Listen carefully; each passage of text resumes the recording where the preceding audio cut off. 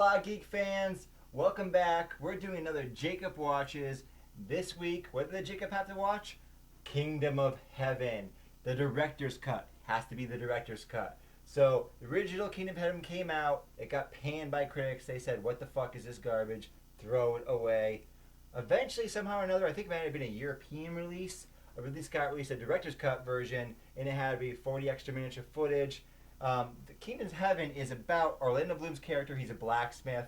He finds out he's the heir to some land in the Holy Land in Jerusalem, a very highly contested area. He makes a pilgrimage there. He feels like he has some sins he needs to absolve himself of, and eventually he gets caught up in the Crusades. He gets caught up in the battle between Saladin's forces, the Muslims, and the Christian forces. Jacob, tell me what you thought about this movie. Okay, so I had seen Kingdom of Heaven originally, but it was just the regular standard release of it, and I actually fell asleep during that movie. I was pretty tired, but it was the movie's fault. But then Shane recommended me the director's cut, and then I sat down to watch, and I'm like, all right, and I can tell you that this movie was just as boring but longer. I was not interested in this movie whatsoever.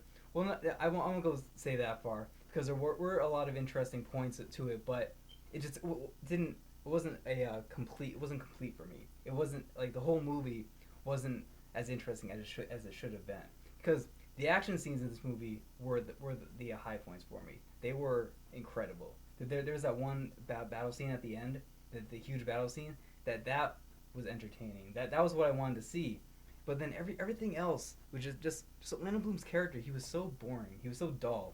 He was just like, yeah, I'm the king. I'm gonna speak. I'm just gonna have sex with this woman, Eva Green, who's gorgeous. I'll see her in anything. She's great.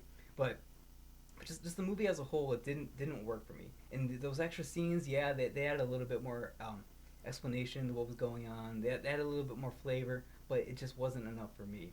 I felt that everything in this movie just didn't mesh well for me. I know you like the historical accuracy of it. That's your big that's what draws you into these movies, right? We have some interest. We have a point of agreement, and then a really interesting point of disagreement. So I agree with you about Orlando Bloom. Yeah. He's boring. He's lame. To me, though, he's not.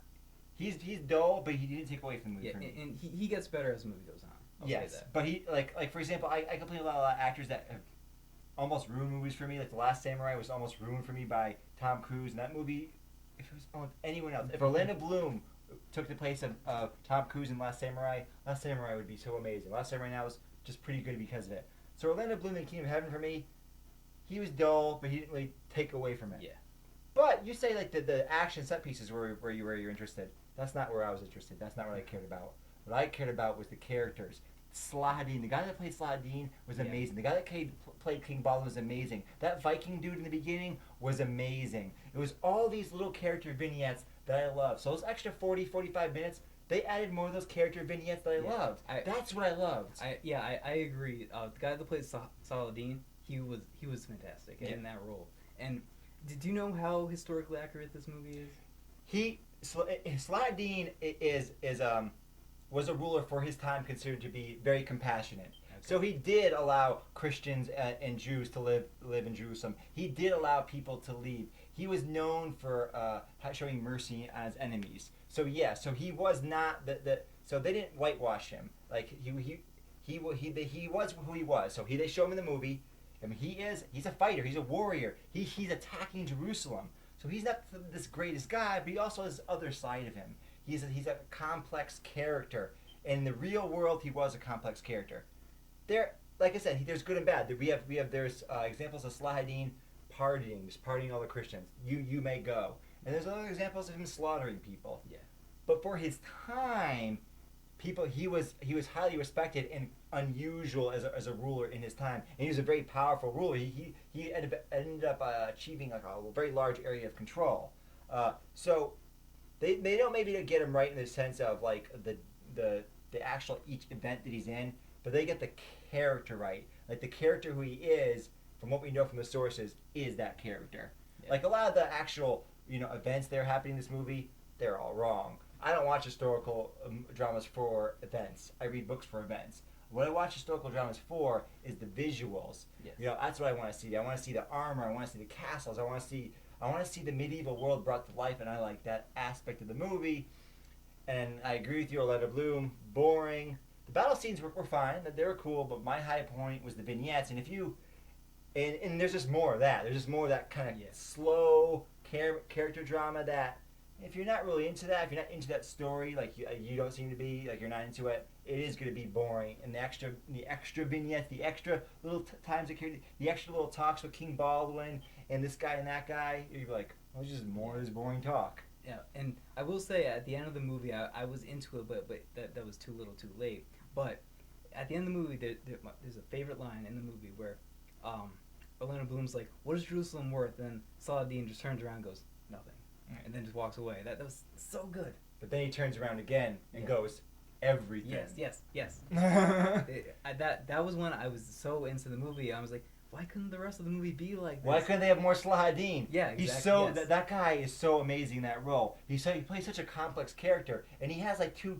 advisors, and one advisor is this bloodthirsty dude that's like kill the Christians, and the other advisor is like, wait a second, maybe we don't want to do this, and he's kind of torn between them, and he has all these people relying on him. He's like, what do I do? He was such a good embodiment of that role, and that's another thing I liked about the movie. That Ridley Scott, he didn't caricature the Muslims or the Christians or the Jews. He didn't caricature any of those people. They were real people in that time. Because this movie came out not long after 9/11, so this is a volatile issue they talked about, and people were generally satisfied with, from the terms of like not offending one group or another or being fair to groups. He did a good job. But let's get past that. If you're interested in historical action, you're interested in the medieval period, the Crusades, you want to see some great little characters, not the main characters like King Baldwin, played by what's his name from Fight Club? Oh, are you talking? Who are you talking about? What character? The main character of Fight Club. Oh, Edward Norton. Edward Norton. So Edward Norton and King Baldwin, he's amazing. Yeah. Saladin is amazing. You know what? I was so disinterested, I didn't even notice he was in the movie. Right. You can't. He's wearing a mask the whole movie. Yeah. Right. But I find him amazing. But anyways, the Jacob. What am I going to watch next? Next, you're watching. It's a modern movie, which actually. That was a modern movie too, but this just came out last year.